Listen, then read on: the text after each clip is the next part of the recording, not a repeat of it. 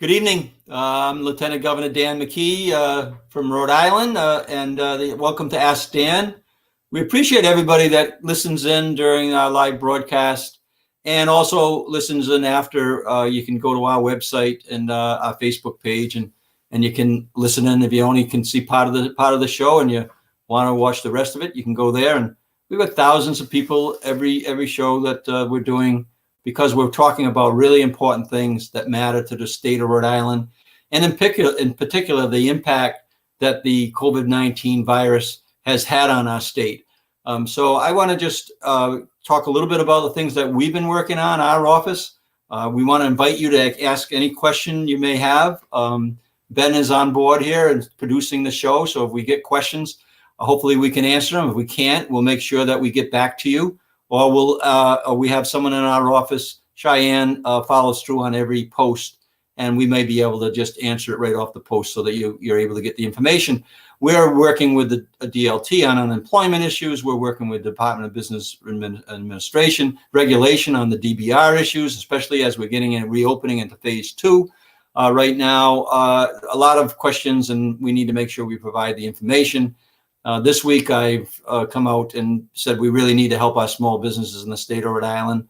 The state has some federal money that has been appropriated to every state in the country, and one of the allowable uses is to help small businesses that have been shut down or their businesses have been reduced, and there can be grants that can be available. I'm asking for a very, very aggressive strategy there, as well as a partnership between the state through guarantees in the state and local banks to loan small businesses the money that they need to make sure that they survive. We got to make sure that happens.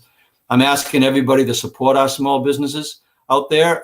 We can go to rismallbusiness.org. If you're not familiar with it, it lists a couple of thousand, close to a couple thousand businesses that do small business in the state of Rhode Island. You can do direct business with them. You can buy gift certificates. You can buy services in advance. Let's get we need to make sure that we get the resources to our small businesses so that they can survive this. They have been the ones who have been shut down, their businesses, to keep us safe.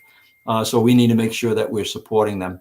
So tonight, it's a carryover of some of the conversations that we've already had on this show, this broadcast, that has to do with the equity the impact of equity on the COVID-19 into different communities in the state of Rhode Island. As you know, we've had the Hispanic community on talking about what needs to be done there, highly infected on a percentage basis.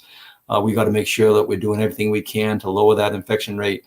We had Black Lives Matter on here last week, representative from them talking about how the impact on the Black community. And we also had Lieutenant Governor Garland Gilchrist from Michigan, who is heading up the effort in Michigan to address how to address these disparities and equity issues that are impacting some of our communities in a disproportionate way. So what I want to do is bring on my friend Rep. Anastasia Williams on. She caught my eye, and of course we have worked together quite a bit on many matters over the years, Rep. And I love the fact that you're very direct and you're very to the point, and you do that, and you represent your community really well. And I wanted to, before we get into the letter that you did draft to the governor and the reasons why don't you just give us a little overview of what's happening in your community that you represent, and the impact that the COVID-19 has had in general, not necessarily the equity issues that we're going to spend time on, but just in general, what is happening in your community, and how are you able to, communicate with them in a way that, you'll be able to give people the information that they need. And I know that you're a rep that you got your feet on the ground all the time. So you'll know the heartbeat, what's happening right now in your area of Providence. And welcome. First and foremost, thank you for having me on. I'm happy to take part and work with you always. You have been a perfect gentleman, and certainly a colleague in government that I'm honored to be working with you on and off times. As far as my community, my district is concerned, I represent a very diverse district in the city of Providence, district number 9. So it encompasses the haves and the have-not. So the part that for me has been very troubling, because I see it on a daily basis, is the community of color, the disenfranchised areas of my district, for which, are the last to be served, but the first to end up having to pay higher taxes and, work more jobs in order to make ends meet, and so forth and so on. But with Rona, as I now call her, Rona 19, Yeah. has been an extremely eye-opener for this state. Now, for me and for individuals that I represent, again, like I said, some folks are very alert and they're doing what they're supposed to do. Others don't have the trust with our government here in the state of Rhode Island, and that's disheartening and also dangerous, especially during this time of this pandemic.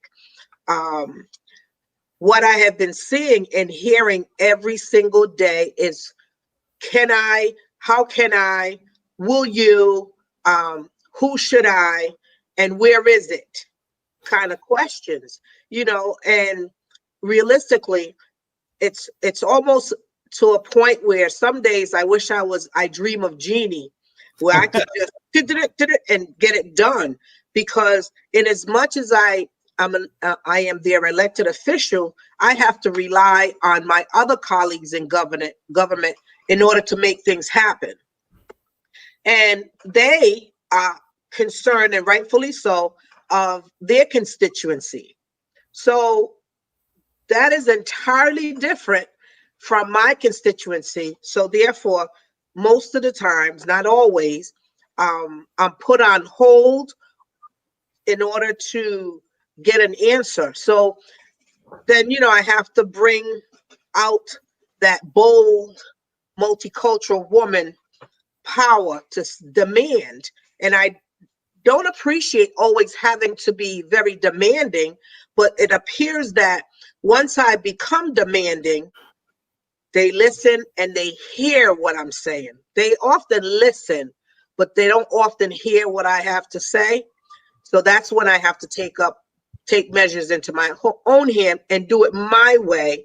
And then the ball gets rolling, the phones get answers, the emails get responded to, the action gets done, and so forth and so on. Well, we got work to do, but that's one of the reasons that you and I have talked about many things, like you said, over the years, and certainly aligned on things that have to do with education and making sure that everybody gets a fair shot at that. And we don't want to just be middle class by middle age. We want to make sure all our kids have the absolute opportunity that they all deserve, right? And in an equal way. So that equity is very important to us. But one of the things that I did see, and as I said, we've had a couple broadcasts on the disparity in the minority communities, and tonight we're continuing that because it's an important message. If we don't address that, you could do it because it's the right thing, which I think is the way you do it. It's because it's the right thing. You also can do it because, hey, if we have a high infection rate in any of our communities, that's going to slow down our economic recovery in the state of Rhode Island, and that's why we really, we want to make sure that we do everything we can. There was a letter that you recently sent to the governor. Tell us a little bit about why you sent that, and maybe some of the, and we're posting it up right now so people can see it. And tell us why you wrote it, and let's talk about have you had any response that is worth reporting to the people in the state, and also directly to the people in your district. Well, I had some positive feedback, and then I had some feedback that were not so positive, because again, unless you're in it, you can't relate to it. That's one. And a lot of people are in denial of the fact that occurs on a daily basis. So I had to get right to the point of what's occurring in order to make people move, in order for people to see what everybody else is seeing.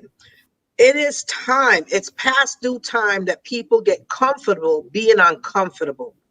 They are not interested, nor are they willing to speak about the real hurts, the real harm that's happening in the minority communities at all. They believe it doesn't exist. It's a figment of our imagination. It's not as bad as we profess it to be, and so forth and so on. It is worse than that. It is worse than you're imagining it to be, and it's worse than what you're projecting to the rest of the state that it is.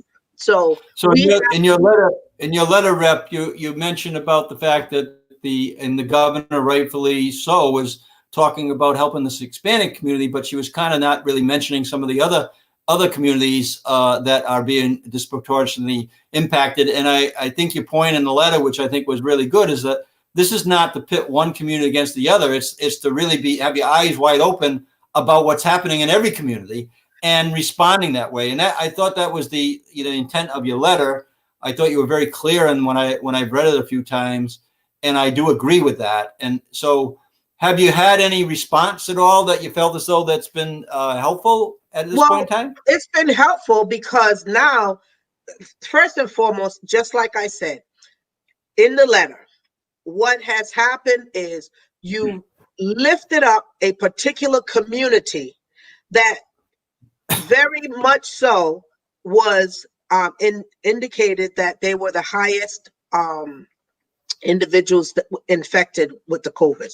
Okay, but right in that same community, you have African Americans, you have Africans, you have Southeast Asians, you have Cape Verdeans, you have Portuguese, you have Somalians, and the list goes on and on. It's not where there's 2 blocks that comprises of just Latino American. There's 1 block that's Southeast Asians. It's not like that. We are neighbors in this, in this urban community. We are very diverse. So for her to have lifted up one particular group was totally unfair. It was not well thought out of, because the numbers are there and the infection is here, and it's affecting all of us in the community, not just one particular population. And by virtue of her doing what she did, it also took a toll on the other parts of the city and cities and particular other cultures. Why should we trust someone that's going to divide and try to conquer us in this way? That's exactly what happened. I've said for a long time that there's 39 cities and towns. Everyone's important, and every community that makes up those communities are important. And no one's better than you, and no one's better, and you're no better than anybody else. And that's, you got to really set the level playing field. You do it very well, Rep. And I appreciate the fact you're speaking out, because that's what we're hearing. So we're doing, work in all the different communities, as I said, and whether it's the Black community or whether it's the Hispanic community or the Irish community, we're in every one, because this, if anything, this health crisis has taught us is that we're all in this together. And it also is pointing out long-term equity issues that need to be addressed. And but we're not all in it together. And that's the misrepresentation. Had we been all in it together, when the numbers were shown that there was a particular sector that was whose numbers were a lot higher than the others, the importance, the interest, the action should have been geared in that direction. It should have went over there, opposed to leaving it aside. Here you put a task force, and 5 weeks, 6 weeks later, where's the reports? What did they do? What was accomplished? You only addressed one entity. That's it. When there were several groups that needed to be addressed, because they were in the same category, same city, with the same problem. Rona affected the entire state of Rhode Island, but differently in different areas. And now her administration, you know, we got some smart folks in there, but we have individuals who are there just going along with what is told for them to do, period. It's unfortunate, but it's a reality. And the bottom line here is we're going into phase 2, and we're just getting on to phase 1 with our communities that was deemed highly, you know, hot spots. So yeah, so one, I think that you clearly have brought it to light, and thank you for that.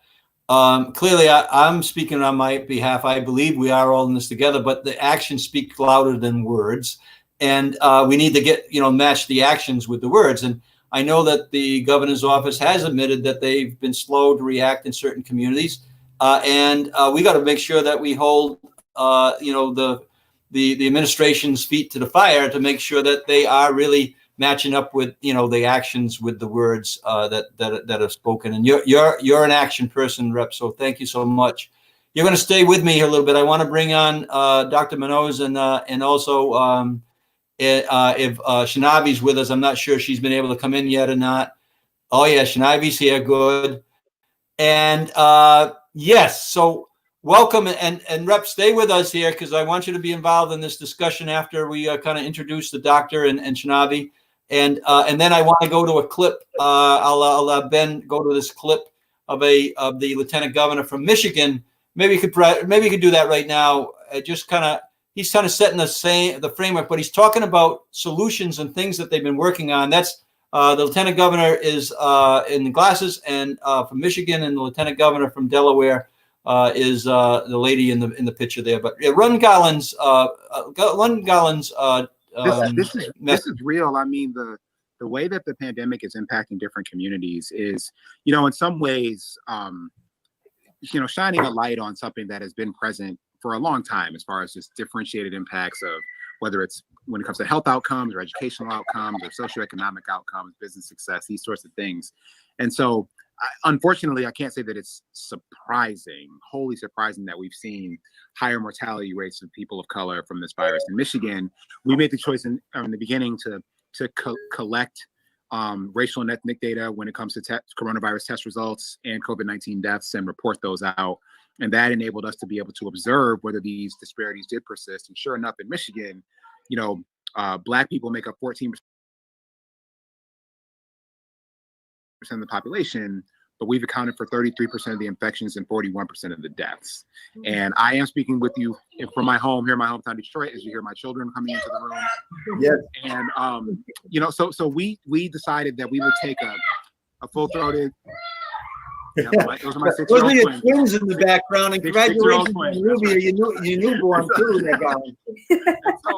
And so we thought that we needed to take a statewide approach to look at this because, you know, while Detroit has been the epicenter in our state, we have a very robust, you know, migrant worker community on the west side of our state, which is primarily Latino folks. We have in the northern parts of our state, we have 12 tribal nations that cover actually most of the state of Michigan, and we want to make sure that we were had that voice at the table as part of this task force that's looking to do two things at once. One, we're looking to recommend interventions that we can take now because people are getting sick right now. People are dying right now. I mean, at 4:30 today, I had a cousin pass away. It's the 20th person in my life who's passed away from COVID-19. Like it's real. And so what can we do to make sure that we're helping people address the fact that isolation is very difficult for people who are low income and live in a small place or have a lot of people in their home? You have one bedroom and one bathroom. You can't isolate and you share a bathroom. So we're putting in place isolation infrastructure for low income people across the state, ensuring that there's testing accessibility, because as Governor Hall Long said, the lack of a national strategy when it came to testing capacity meant that there Doctor, I know that you're working on a petition that has to do with equity and health equity. Why don't you just talk a little bit about what you're trying to get done? Because Rep. Williams really point out that we're not being, we're not across the board. We're not applying all the resources that we need to all the communities that need it. And I think you're working very hard at an issue that we talked about today. And then I want Channavy to talk about the impact that the COVID-19 is having on the Asian community, which we spoke a few weeks back on, Channavy. So, Doctor, please introduce yourself, and also talk about the work that you're trying to get done right now in terms of this equity issue in terms of health. Yeah, well, thank you so much for the opportunity, Lieutenant Governor, to speak with everyone today and to share some insights into the COVID crisis. In terms of my background, I am a medical doctor. I'm actively helping the state of Massachusetts on the epidemiological front in terms of mitigating the spread of COVID-19. I'm also helping hospitals secure medical supplies at this time. And so beyond those two efforts that I'm involved in, I'm also very much focused on community advocacy. And what we started to notice, when I say we, I don't think any of us can do this alone. And so really a group of community leaders and organizations, as well as state representatives, one of them who happens to be on this panel today, have really come together to push forth a petition that reflects the needs of the community today, the immediate needs. So things like, translation and interpretation services, their use not only in terms of the healthcare component of the COVID crisis, but also in terms of outreach efforts to communities so that they could be educated on what COVID-19 is and on some of the preventive measures that they should be taking, as well as the economic aspect, right? Because the crisis that started with a health crisis has now become an economic crisis. There's another layer to all of this, which is transparency, data transparency. We can talk about statistics that other states have demonstrated around the disproportionate impact on communities of color. But the challenge we have in Rhode Island is that there have been really poor data sets. We've had data come out that has been retracted. We've had to question whether the data sets are valid. We've had to, figure out later on that discharges were actually deaths in one case where the Department of Health had migrated data out of their the electronic health record system, and it wasn't done appropriately. And so why is it so important to have data transparency? Because every measure we take, whether it's identifying how many test kits we need, or where the test sites should be located, or where our resources in terms of capital should be, allocated to ensure that communities with greatest need are supported at this time, we can't answer those questions. We can't address those needs without reliable data. And so the areas of the petition again are access to testing, open testing, no physician requirement so that all people can have access, data transparency, also translation and interpretation services. And lastly, and one of the most important things that this administration has not yet addressed is the public transportation system. If we look at data out of New York City, communities, urban core communities, communities of color that are highly dependent on public transportation, are at high risk because those transportation systems seed the virus, right, throughout different communities. And here in Rhode Island, there was a small step taken in reducing the size of individuals on a bus from 25 to 15. But if you look at the size of a bus in a closed environment, that's still too high. So we really need to make investments and kind of systemic-wide changes around our public transportation system to ensure that we're protecting communities. So those are the different areas that the petition addresses, and each of them could, I could spend 30 minutes talking about data behind each of those measures. But I did want to address some of the information and thank you so much for sharing it. So yes, it's entitled Demand Health Equity, Survive COVID-19. We have over 400 signatures. And if anyone wishes to take a look at the petition, you'll see all of the different organizations that are standing together to call this administration to act on these measures. And we can talk about the small steps that have been taken, but there's still a lot more work to be done. And Lieutenant Governor, the clip that you just shared in terms of data, I want to add some more data to that. If you look at Illinois, for instance, 43% of all deaths and 28% of 43% of all deaths and 28% of tests that were positive were African American. If you look at the UK, which you may think, well, it's another country, but it is a country that has it's Western, right? And it's historically confronted with systemic racism. And they did a study that showed that that Black men, were at 4 times greater risk of dying of COVID-19. And so they did something really interesting. They decided to filter out things. They said, well, what if we remove underlying conditions? So they removed that. They said, well, what if we remove poverty from the equation? And they removed that. When I say remove that, it just means they corrected for it. And even when they corrected for all of those factors that many people are saying are the only contributing factors, they found that Black men were 2 times more likely to die of COVID-19 than non-Black men. Now, what that tells, I think, any country that has a history of confronting systemic racism is that beyond the social determinants of health, beyond poverty, right, beyond poor housing, beyond all of these different factors that do contribute to underlying conditions, there are access challenges that for some reason or other are negatively impacting specifically communities of color. Right? And where do those systemic challenges, where are they here in Rhode Island today? And the biggest one, if I had one thing to say today, is that the physician referral requirement is the biggest barrier to access for COVID-19 testing. And that barrier alone can contribute to not only future resurgences, but increases in mortality here in the state of Rhode Island. Isn't it? Yeah, so Doctor, one second, Rep. So yeah, one of the reasons that I ran the tape with the Lieutenant Governor from Michigan was that they are, he was saying that he was charged with getting the data. Now they don't like the data, but they at least got the data, and it does point out the things you're talking about in terms of these disproportionate equity issues, in terms of, as you just mentioned, in terms of just referral by a doctor for a test. And so I think, we need to make sure that we have good data. That's why I really enjoyed my talk with you today, and impress on the fact that we got to find the data. And then I also thought that the Rep Williams has mentioned, and I think that the Lieutenant Governor echoed, is we got to address, okay, what can we do right now? Right now. And then also, we can't just all of a sudden let the virus go away and say, oh, we don't acknowledge the data that we collect. And now what are we going to do going forward to address these issues so that we have less and less of this disparity as we move along, and whether it's on income, whether it's on health, or whether it's on education, all these items. So I appreciate your leadership here. I want to get Channavy into the conversation, and then hopefully we can open it up. And Rep Williams is always ready to weigh in, so we're going to have her weigh in some more. We still got another 20 minutes or so to go here, but Channavy, we talked a little bit about the impact that the virus was having on the Asian community in the state. You're the executive director of the Southeast Asian Center, right? And you can give the full name if you would.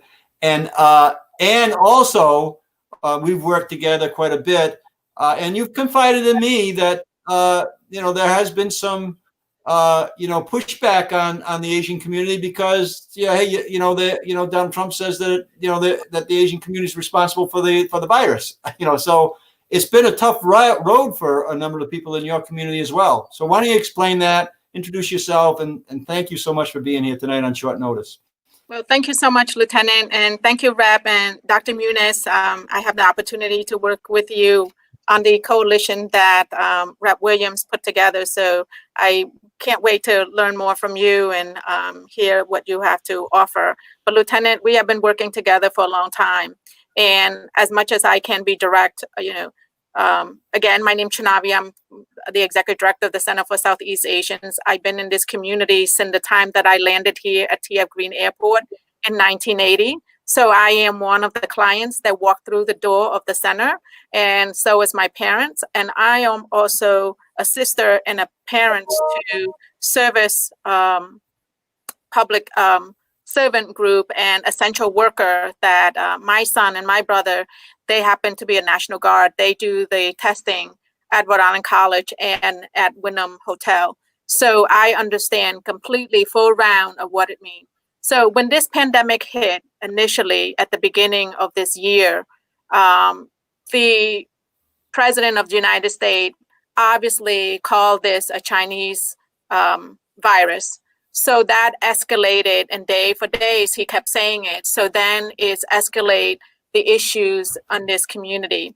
And so across the country, our community has been intimidated, has been assaulted, you name it, it's affect our community hard.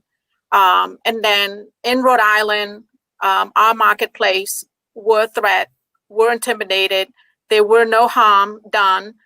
There was no evidence to prove to, the police to say so-and-so did this, they walk by, they called out names and all sorts and walk away. So then our marketplace shut down.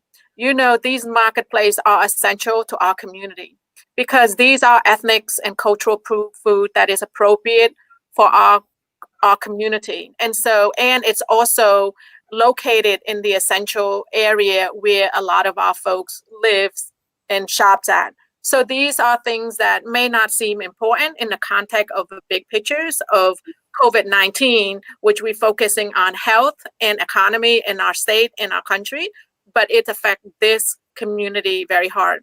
Well, community that English is a second language, when pandemic like this hit, this lack of communications come to our community to ensure that this pandemic, this is what happened. This is what you do. This is the testing site. This is the local place where you come and your language will be accommodated so that you're not fear of because of your immigration status. You're not afraid to go testing because like Dr. Muñoz said, the biggest barriers of testing is number one, is having to call and schedule an appointment to your doctors. What if you don't have a doctor's?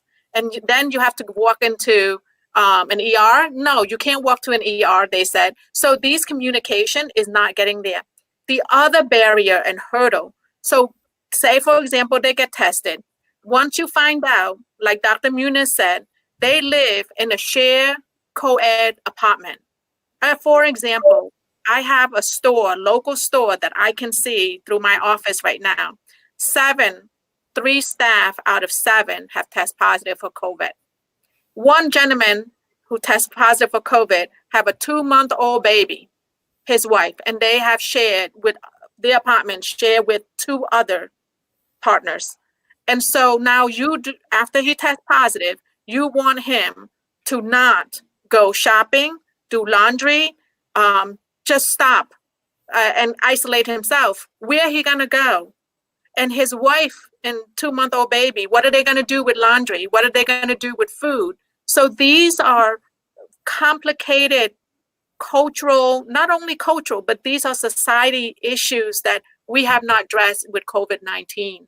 It's not going to just stop at COVID-19. With any epidemic, with any pandemic, it's going to affect this community hard. So this is what I'm facing every single day. The other third layer is this community is not being given resources, meaning resources, whether it's funding, whether it's PPE, personal protective equipment, they don't have that. They don't have that in their home. They don't have those supplies in their home. So where they're gonna get? So these are 3 major challenges that affect in our community that if you synthesize all of this, it lead to bigger issues. It lead to healthcare crisis, it lead to economy, it lead to every imaginable society issues that we need to balance and help support. And this community everybody have left them behind. So I am every single day trying to making sure people are listening to me. Back in February, I have emailed head of states to say the Center for Southeast Asian will open our arm, will create a calling center to invite our community to come to test and also to show them what COVID-19 is about. My call was go unempty, unheard. I have shared that email. I forward email to everyone. And then I wrote that white paper that I share with you, the lieutenant, because after the first paper that I wrote, to build a relationship with head of state that was on communicate to, and now I'm writing another one to say, hey, this is what's going on. So then I have nothing after those writing, after talking, until today, I'm sharing it with you. This is live. This is what happened in our community right now, that we're all facing this. Yeah, so Channavy, it's concerning, all the 3 stories that we just heard, and that's why we want to make it public. And I'm really surprised, quite frankly, that the media has been so silent on this issue. I'm really, really surprised. So we're going to try to use the platform we have to make sure that that this gets a public voice. The media has been very lapse in terms of really, maybe they give it a little touch here, a little touch there, but this should be a constant story. This is about, Rhode Island and the people who live in Rhode Island. And it's, I'm embarrassed. I don't know whether personally embarrassed, but I'm embarrassed to hear that it's embarrassing, I guess, to have people conduct themselves into a certain segment of a community in such a disparaging way and in such an intimidating way that you and I've talked about. And then, Lieutenant, if I may add to some more, is that this pandemic is going to be a blame game for this community, because this father of 2-month-old baby, he's going to the laundromat. He's leaving or his residue behind. He's going to go shopping for him, his wife, and his baby, and he's going to leave COVID, everywhere. So we're going to blame him for doing that, but he have no choice to do those things. So this should not be a blame game. It should be like, okay, see, example like him. Let's build a system to how we can help our community together. Yeah, and that's a good step off where I want to spend the last 10 or 15 minutes here. The long-term systematic, type of problems that we're dealing with. Let's talk about what we can do right now. I'm working very hard on behalf of the small businesses, all our small businesses, but also this issue is a very important one to me as well. So I'd like to hear from, three of you, think about it, but I'd like to have you just share what are the action steps that we should be taking right now to address the issues that we're dealing with right now. And if it's money or it's resources, let's, try to explain what those are. Because then we need to build a case that, as I am, that small businesses should be receiving a good portion of the federal funds that the state has of the $1.25 billion. But what everybody's talked about right so far, what the rep said, and the doctor said, and Channavy have said, those are all fundable measures based on the requirements or the guidelines of those dollars. We need to read those because of its resources. We got to really stop. But anyways, let's open it up, Doc. We've got a few more minutes here, and then I want to go to the rep and then Channavy, and then we still have time we can discuss. But immediate things that we should be doing at the moment to address the issues that we all have just heard about. I've just heard about, and hopefully other people are listening out there too on this broadcast. Yeah, well, thank you for, again, giving me the opportunity to share. I would stress, again, we need to remove the physician requirement for testing access. We need additional test sites to address Channavy's point. A contact tracing force like the one that Massachusetts actually has resource coordinators and social workers that are working with individuals that are placed into isolation and quarantine that help them get food access, that help them with the resources they need to survive, even housing in some cases, help them address domestic violence issues. And so when we talk about contact tracing in Rhode Island and we isolate it to a mobile application, it's an injustice to the communities that we're telling to quarantine and isolate. So the first thing we need, beyond, again, all the areas of testing that I mentioned, is a robust contact tracing force composed not only of individuals that are reaching out to mitigate the spread of COVID-19, but of social workers and resource coordinators that are supporting communities, again, that we're expecting to stay at home in confined environments and not leave, not even to get food. So that's something that I think addresses both a disease aspect or factor, as well as some of the social factors that individuals that are testing positive are, confronting. Also, we need a response plan for resurgences. No one is talking about the fact that the governor has said we will have pointed responses for areas where there are resurgences. Now, what does that mean? Because my concern is that we've already not provided sufficient services for and resources for urban communities and communities of color. So we're leaving them behind, making them more susceptible to resurgences. And now what if there's an epicenter at a community health center, and then all the local businesses around that health center that provide services to the people that were in that community health center now are at risk? Do those businesses get shut down? So if we don't have a response plan that is addressing issues proactively so that resurgences don't occur, and addressing a fund that would be available for businesses that are going to be targeted and locked down by this administration when a resurgence does happen, then again, not only are we leaving businesses behind, but we're destroying them actively. So those are really the three measures that I think we need to take today in Rhode Island. Again, testing, removal of physician referral system, contact tracing force with social workers and resource coordinators, and last, a resurgence response plan. So could you just explain a little bit about the referral thing for the layperson like me? What is, nail down the problem and nail down the solution for me. Yeah, so in medicine, oftentimes medicine is built, the workflow is pretty much a protocol, right? So you go through steps to make sure that people are getting to the right place. And so when you have to have a physician refer you for a procedure or an appointment, usually there's a criteria that you need to meet. So the physician wants to know that you have certain symptoms, that you're maybe of a certain age group. It just depends where they aim to send you. So the physician goes through that screening process. Usually it's actually on a piece of paper where it's a question and answer sheet, right? That's normal for healthcare. Now, why is that an issue with the COVID-19 response? Well, it's an issue because we know that some people are asymptomatic. We know that some people are symptomatic. We know that some people have mild symptoms and then 2 days later they die, right? There's such a spectrum of symptoms that if we develop a screening process, which they already have and they're using, and we tell doctors to screen out people, to essentially tell people that they can't get tested, we're possibly missing people that are going to die in a few days. So it's not an appropriate application for a physician referral requirement, right? And here's the issue. Why are we doing it? Because I have a sense that the reason we have a physician referral requirement today is simply resource rationing. It's attempting to save resources. And what does that mean? It means we're siphoning resources away from communities that need it the most. And that's immoral. Yeah, so doctor, I'm going to tell you that it's been a concern of mine, and I voiced it. The rationing strategy right now. This is not the time to be rationing anything, whether it's funding or it's PPE equipment or that type of thing. So I really appreciate how we're making notes. Our staff is watching this call right now. We're making notes, and we'll get on the record to support the things you talked about.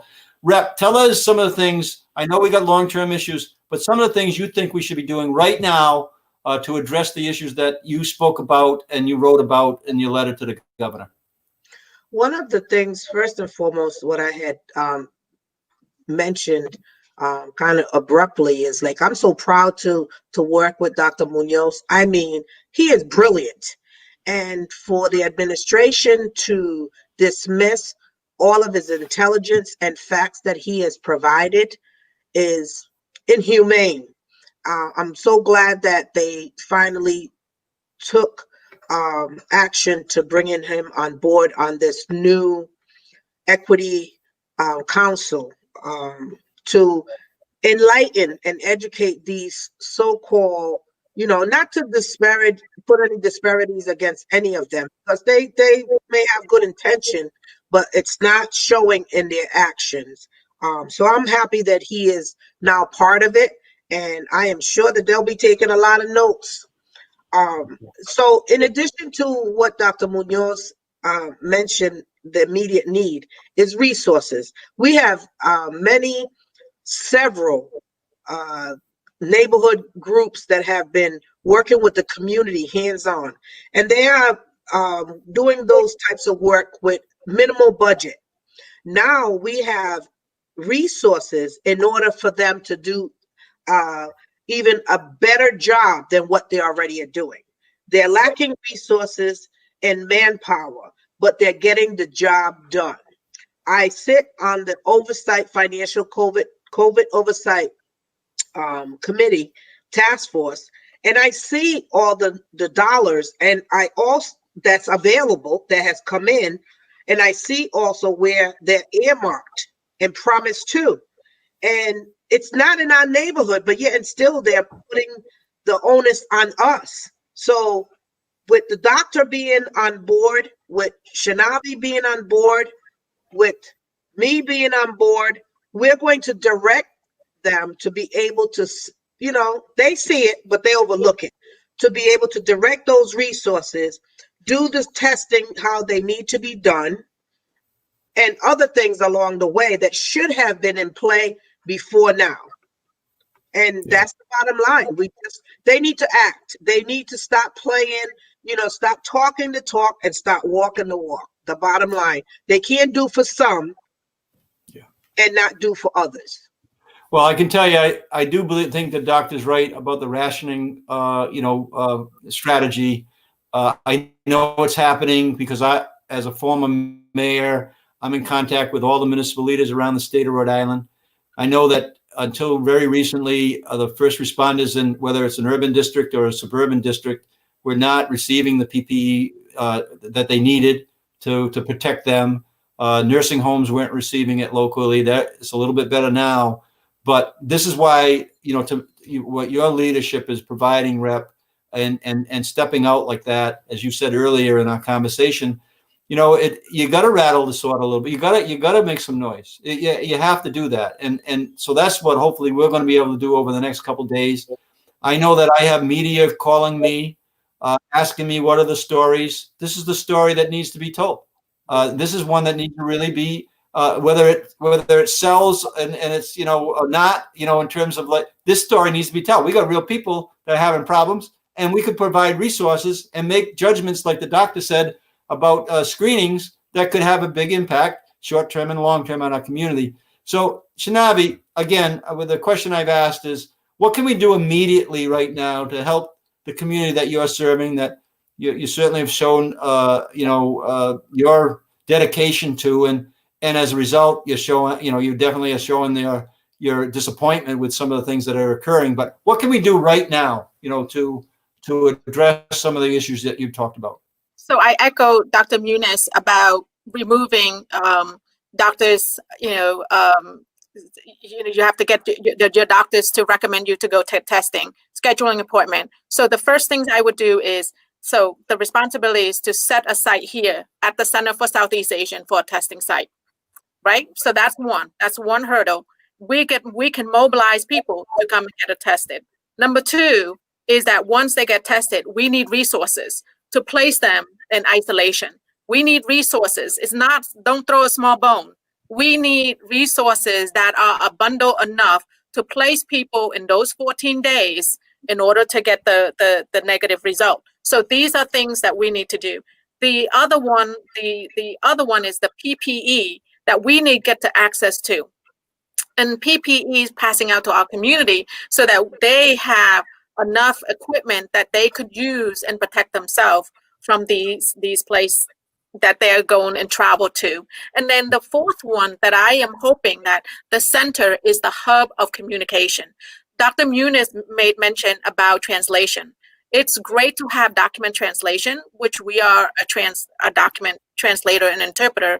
We provide those sources. But we could create a call center where we can call our community, speak in their languages, and inform them about COVID, where to get testing, what is COVID is doing, all these things that we can communicate to our community, and we can mobilize this communication to be more effective so that they're not in the dark. Like they're talking to each other about COVID-19. They're not talking about the real COVID-19 from the medical, from CDC, from Department of Health point of view. They're talking among each other, which they share wrong information with each other. So we need to be a hub of places where we can directly call those community members and let them know about COVID-19. Yeah, and Channavy, the conversation we had a few weeks back, you were asking for the same things at that time. Exactly. You saw that. You could see that clear as day in terms of the communication. In a small way, our office is able to have one of our staff members do a Spanish translation on every one of the governor's press conferences, and yet that hasn't even been embraced by the administration in a way that we could have been even more effective. And then your message in terms of the translation issue is the same thing. We ran one of our business calls, and we had somebody come on that was a Spanish-speaking business owner, and I said to the person, speak Spanish for a couple minutes. And then I turned to the hundreds of people, the thousands of people that were listening on the call. I said, did you understand what was just said? And they said, they said no. I says, well, why would you think that somebody who has a language barrier would understand what I'm just said, right? So we need to really push hard on all the things that you're talking about. I think this is a very newsworthy Tonight we'll have thousands of people that will take a look at this. I say to everybody out there, as I've always said, look, if you want to be helpful on the issues that you just heard about, let us know. Call our office, 222-2371. This is, if Chanavy's having this issue, the rep is pointing this out and the doctor's pointing this out, that means that there's a theme across all our communities that are having the same issues in terms of making sure that the resources are coming to help protect the lives of the people that live in our community. Doctor, it looks like you might want to weigh in a little bit more. I think we just got a couple more minutes. But Ben, do we have any questions at all of the, that may have came in that would be, appropriate with the guests that are here right now? Do you know whether there's any questions, Ben? Yeah. So first of all, hey everybody. Who's Ben, by the way? Producer. Hey guys, I'm in the dark, so I just figured to put up an avatar. I understand that there's a way to apply for PPE at the Department of Health facilities. Does anybody know a local resource where they can have a stockpile in education in a variety of languages? So mainly, I guess this question is asking about PPE resources in different languages, not just English. That's a great question. The governor's office is saying that they're working on it. That's the same answer that we have been getting. But the International Institute, they have been able to translate in more than 9 different languages, so they can contact them. Or the Center for Refugees, Omaba, they have also did some translation, and they excellent. But again, offering your services to the administration for free has not been received, and we're still waiting on responses to services that's desperately needed.